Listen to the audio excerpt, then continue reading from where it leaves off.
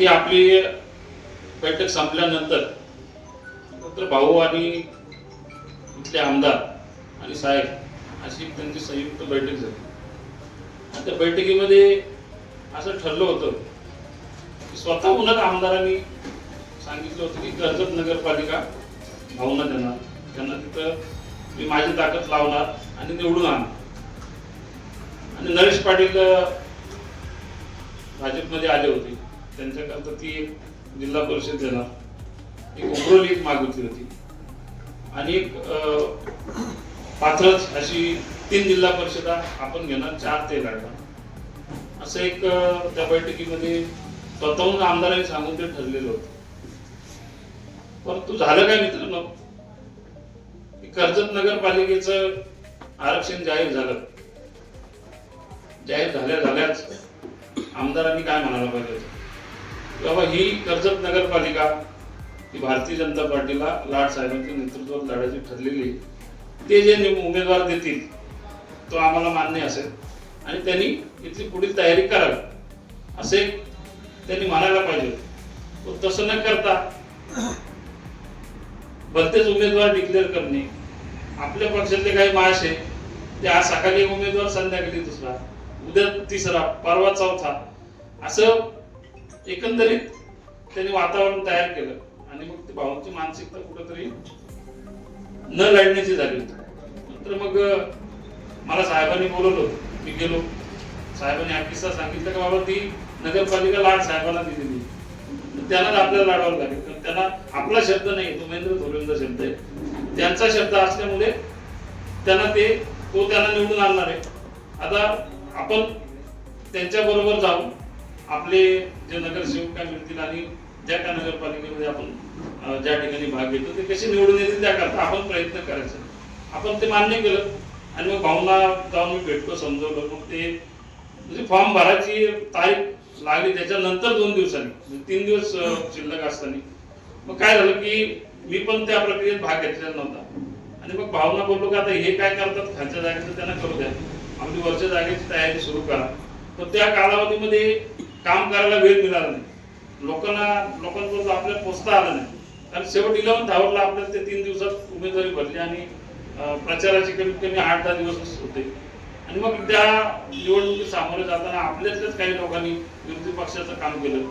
ते निवडणूक संपल्यानंतर मग महेंद्र धोरणचे जे भाचे, त्यांच्याबरोबर असलेली मुलं, त्यांचे जे कार्यकर्ते, ते मतदान झाल्याच्या दुसऱ्या दिवशी किंवा त्याच दिवशी रात्री सांगायला लागले की आमचा संकेत भाषा उपनगराध्यक्ष झाला, तुमचं तुम्ही आत्मचिंतन करा किंवा तुमचं तुम्ही बघून घ्या. काही लोक तर सांगायला लागले, विजय हजारे, मी त्यांच्याकडे भेटायला गेलो होतो, आपले विजय जिनगरे, त्यांच्याकडे मी गेलो होतो. त्यांच्या परिसरातली कोण सांगितलं आम्ही तुमचं कामच नाही केलं, आम्हाला तुमचं काम करायचंच नव्हतं. अशा प्रकारचे त्यांच्या कार्यकर्त्यांच्या स्टेटमेंट आले. आणि तरी देखील आपल्याला वाटलं होतं की वरची सीट आज शिवाय म्हणजे एक ऋषिकेश जोशीच्या विरोधात काम झालेलं पण आम्हाला समजलं का त्यांचे लोक त्यांचं काम त्यांच्या विरोधात करत होते. ठीक आहे, ऋषिकेश जोशी पडेल, पण वरची सीट पडेल असं आम्हाला कोणालाही वाटलं नव्हतं. विरोधकही निकालाच्या आदल्या दिवशी मला भेटले तेव्हा सांगत होते शिवसेनेचे लोक, तुमची सीट ही 700 ते 800 मतांनी जिंकेल. आणि ते आपण रेशो पाहितला तर जे महायुतीचे जे उमेदवार उभे होते त्यांना जी मिळालेली मतं आहेत ती मतं जर काउंट केली तर 808 मतांनी स्वाती लाड यांचा विजय होतो. पण तफावत किती असते, एखाद्या वार्डामध्ये क्रॉसिंग झाली तर 5, 25, 50 मताचा असतो. जरी 200-500 मतं इकडे तिकडे झाले तर 200-500 मतांनी आपली वरची लागायला पाहिजे होती, पण ते तसं झालं नाही. नंतर आपलं एक प्रकारे घात झाला त्या विषयामध्ये. आपण आता पुढचा विषय कसा करायचा, निवडणुका भविष्यात ह्या जिल्हा परिषद पंचायत समिती ह्या कशा लढायच्या, कोणासोबत लढायच्या किंवा युतीमध्ये लढायच्या, असं कार्यकर्त्यांमध्ये समजलं. पण मी एक ठाम भूमिका आज या ठिकाणी मांडतो की येणाऱ्या निवडणुकांमध्ये आपण आपल्या सगळ्या वार्डांमध्ये आपल्या उमेदवारांची तयारी करा. किती गरीब कार्यकर्ता असो, पैसे असो नसो, त्याच्याकडे लोकप्रियता आहे, तो पक्षाचं प्रामाणिक काम करतोय, असे कार्यकर्ते निवडा. प्रत्येकाने एक मताने प्रत्येक ठिकाणी आपल्या फॉर्मची ज्यांची कागदोपत्री त्यांची पूर्तता त्यांनी केली नसेल, कागद रेडी नसतील तर प्रत्येकाने आपले कागद तयार करा. त्या कागद तयार करताना मंडलाध्यक्ष तुम्ही पण जबाबदारी घ्या आणि आपले कार्यकर्ते काही आहेत त्या अलिबागला त्यांना माहिती आहे, त्या प्रशासनाची माहिती आहे, अशा लोकांना त्यांच्या पाठीमागे लावा आणि आपले सगळेच्या सगळ्या वार्डमध्ये उमेदवार तयार करा. तर आपण या निवडणुकीमध्ये एकला गेलो रे हा नारा आपण घेऊन सामोरे जाऊ. जे होईल ते आपलं होईल, कोणाला दोष द्यायला नको. आपण कशी उमेदवार निवडणूक कशी लढायची, कोण नेते आणायचे, कसा प्रचार करायचे ते आपण स्ट्रॅटेजी पक्षाकडे बसून आपण साहेबांना पण मी सांगेन आणि त्या पद्धतीने ठरवू. आणि ह्या मतदारसंघामध्ये आपण पाहिलं तर लोक संभ्रमात आहेत. मी फिरतोय आता गावोगाव फिरतोय तर आपल्या बाबतीत लोकांचं कल चांगला आहे, आपल्याकडं चेहरे चांगले आहेत, आपल्याकडे वादातली लोक नाही आहेत आणि चांगले स्वच्छ चेहरे जर आपण दिले तर लोक मान्यता देतील असा एक मला एक विश्वास वाटतोय. आणि आपण ह्या पुढच्या देखील आपण वाटचाल बघितली पक्षाची तर आपलं राज्यातलं सरकार आहे, केंद्रातलं सरकार आहे, पराभवाने काय हातभार होऊ नका. आपण आपली सुरुवात आहे, आपली शेवट नाही.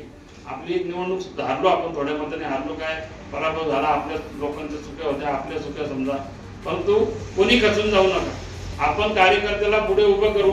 राज्यात सरकार आहे, केंद्रात सरकार आहे, कसा निधी आणायचा, कुठल्या नेत्याकडे जायला पाहिजे ते मी करतो त्याकरता. आणि आपण मागच्या वेळी पाहिलं आपण इतका मोठ्या प्रमाणात निधी आणला, प्रत्येक कार्यकर्त्याच्या गावाचं काम आपण करून दिलेलं असं. आणि काही पक्षांकडे ते सांगायला देखील नाही त्यांनी काय केलं, पण ते हा निवडणूक भाग घेऊन खोटं नेरेटिव्ह चालवतात. आपल्याकडे प्रत्येक गावामध्ये आपण काम केलेलं ते सांगायला की आम्ही या गावामध्ये कशाचं काम केलेलं आहे भारतीय जनता पार्टीच्या माध्यमातून. कोण लोकप्रतिनिधी आहे किंवा कोण आमचा जिल्हा परिषद सदस्य नाही तरी देखील आम्ही केलेलं आहे. तर निवडून आल्यानंतर अधिक आम्ही ह्या परिसराचा विकास करू हे आपण छाती ठोकपणे सांगू शकतो. तुमच्या गावात पण मी 2 कोटी रुपयाचं ते आता जे चालू आहे आपलं नदीच्या कडेला दशक्रिया घाटचे ते 2 कोटी रुपयाचा निधी आपण तिथं दिलेला आहे. तो देखील आपण सांगायला विसरता कामा नाही.